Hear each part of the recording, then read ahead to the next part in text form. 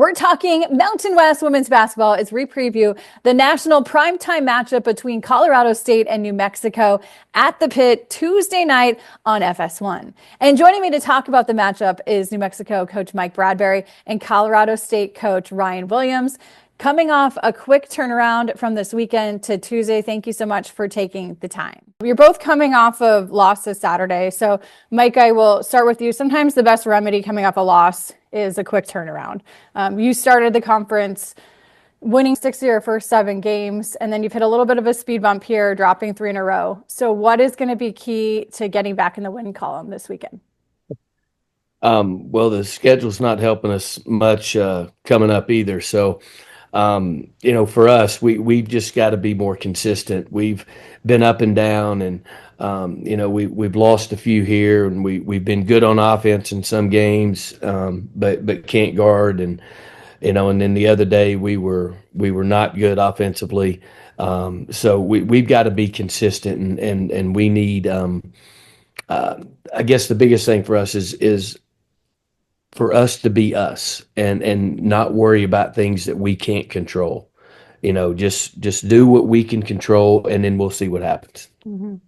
Ryun, how did the loss to Air Force serve as a bit of a wake-up call to your squad? Well, first of all, Air Force played really well. They shot lights out. And it was very similar to when New Mexico rolled in here. They were so good offensively and shot it so well. But our kids have responded well, it seems like, all year. We've had some games where you have some tough losses, but they seem to respond with the right attitude and the right approach. And it's important that we handle this game with the right maturity. If you're going into New Mexico and you're worried about how you played against Air Force, and that's in your head, you're not going to play well. And you've got to be totally focused on what has to get done to beat, I think, a really talented New Mexico team. And we've had a hard time winning in the Pit. We haven't won there in a long time. So the biggest thing is don't dwell on it. Fix a few things that we did not do well against Air Force. But I do want to tip my cap to Air Force. I thought they were outstanding. Yeah, Air Force certainly is much improved. When you watch each other on film, what impresses you most about each other's team? And Ryun, let's start with you. How they score the ball. They really can attack the middle third of the floor. They rail drive you to death. I think their matchups are extremely difficult. With Cumber and Hooks, those are 2 elite scorers. I feel they both shoot it. They can both play in the mid post. They're professional scorers, so that's what stands out to me. And they can facilitate through those 2 kids, and they're a matchup nightmare. So I'm not coming on the trip. I'm going to stay home and watch it on TV. But have fun, Mike. Mike, when you watch the Rams on film, and obviously having already faced them once this year, what just really jumps out to you? Yeah, just they're hard to guard. And that's the biggest thing. And they're usually hard to guard, but this year they have so many people that can make threes, and then they can play through the best player in the league. And when that happens, you have to, at that point, make decisions of, what are you going to do? And I'm not comfortable with any of the choices that we have in front of us. We'll pick some, but it's just you have to make sure you make it hard on Ronziek, and then you have to make sure that you can guard those other 4 that can all make threes, and that's just, it's not easy. So that's that scares us. I think when you play Colorado State, you're going to have to figure out a way to score a bunch of points. If we don't get to 70 or 80, then it's probably not going to work out. Yeah. You both tapped into the transfer portal this offseason and found some real gems in the portal. Ryun, I'll start with you. You obviously hit the jackpot with Emma Ronsick, the Creighton transfer and Mountain West preseason player of the year. You knew, I'm sure, you were getting a special talent, but how has she exceeded even what you thought she was going to bring to the team? Yeah, obviously her skill set stands out, and she's done that against some of the best players in the country when she was at Creighton. And but the thing that's really kind of stood out to us here is that she's really competitive. I mean, our practices are a lot more competitive. Maybe it's the sister versus sister, on a daily basis, but that's really helped us. And she's just got a really good basketball mind. Yeah, we play her different spots on the floor, but she's a big guard. We've used her at the point a little bit. And so just her versatility has really been fun to coach. But the young lady competes, and she's been an incredible teammate. I think sometimes it's hard to come into a new program, especially when you've got a lot of eyes on you, and a lot of expectation, and perform the way she's performed, but also to be accepted by her teammates. And that's where I feel she's excelled. What's the dynamic been like, having the sisters on the team, Emma obviously and her sister Hannah?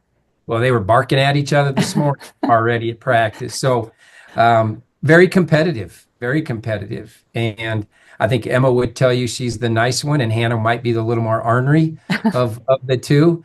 But they both have a little orneriness in them. But it's been fun. Again, they have a wonderful family, and you can coach them both. And Emma, even with all her accolades and coming in, first team all Big East.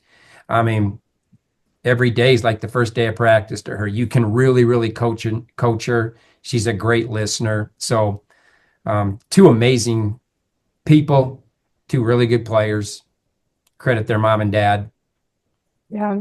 Mike, when I had you guys a couple of weeks ago against UNLV, you were joking with me at shoot around that in the beginning of the season, you had to get out name tags because you had so many newcomers on the squad. We're going to talk about two of your transfers in particular, but Destiny Hooks and Alyssa Hargrove, how have they helped you most? Well, Destiny's really helped us. She's got a lot of talent. She can really play on the offensive end, and with Alyssa, we really didn't know what we had. And then, so we had a wing player and we were going to see what we had. Well, then we figured out we really didn't have a point guard either. So we just kind of tried to move her there and she didn't want to do it. So we quit calling it point guard and we just said, you start with it.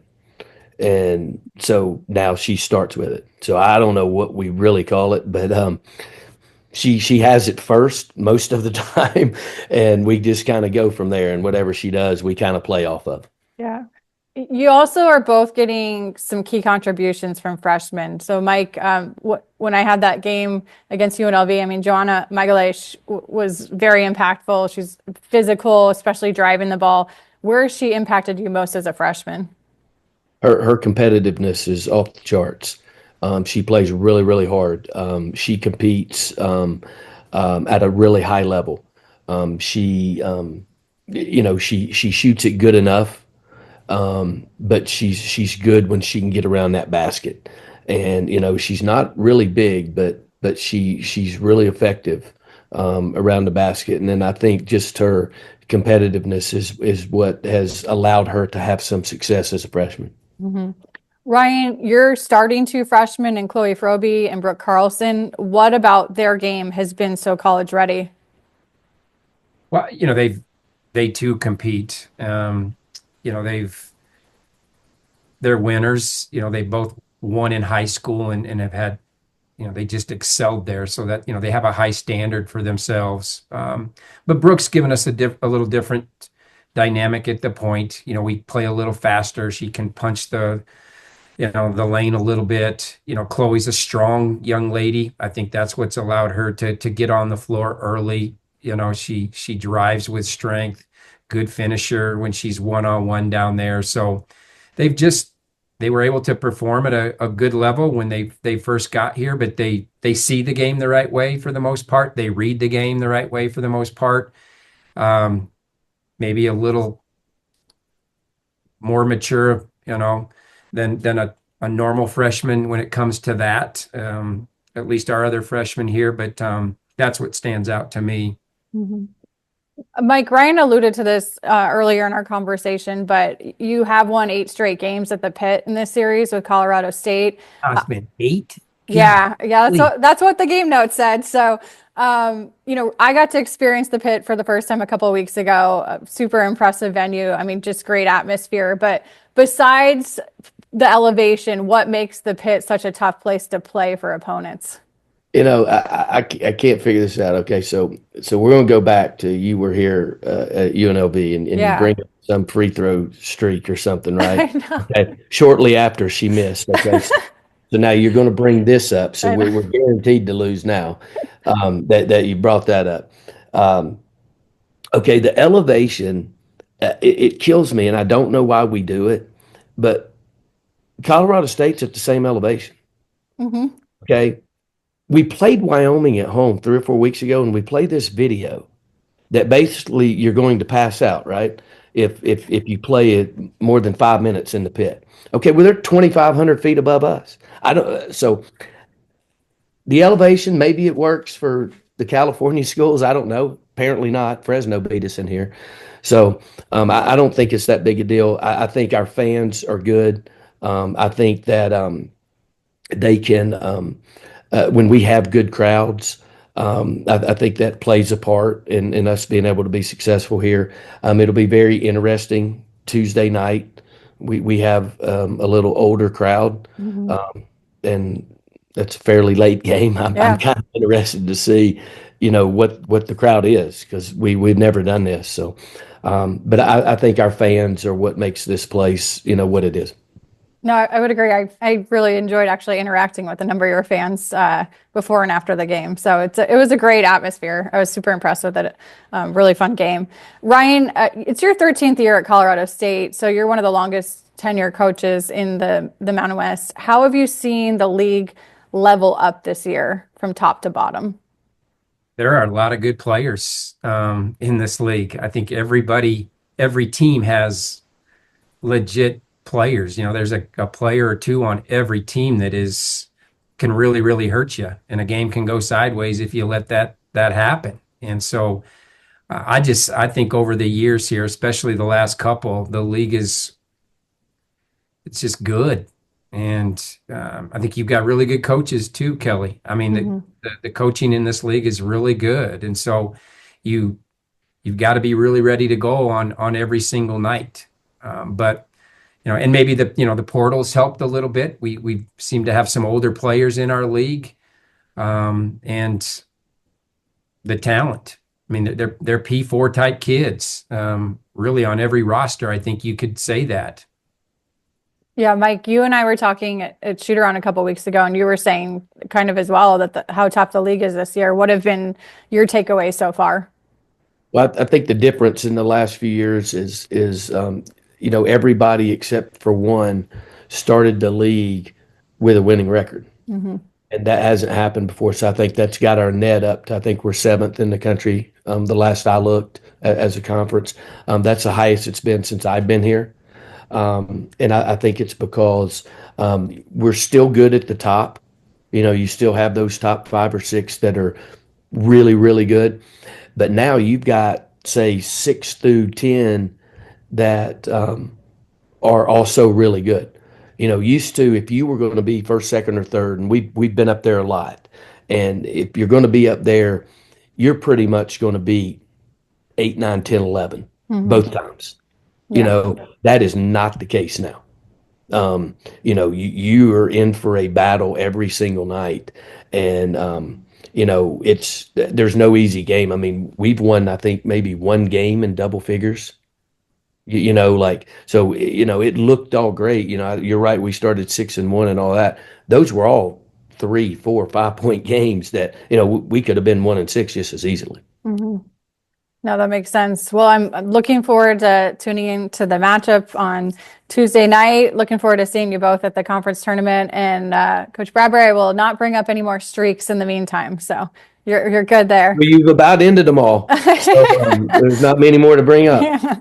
I appreciate you both taking the time. New Mexico took round 1, 78-74. Round 2 set for Tuesday night, prime time, 8:30 p.m. Mountain Time on FS1.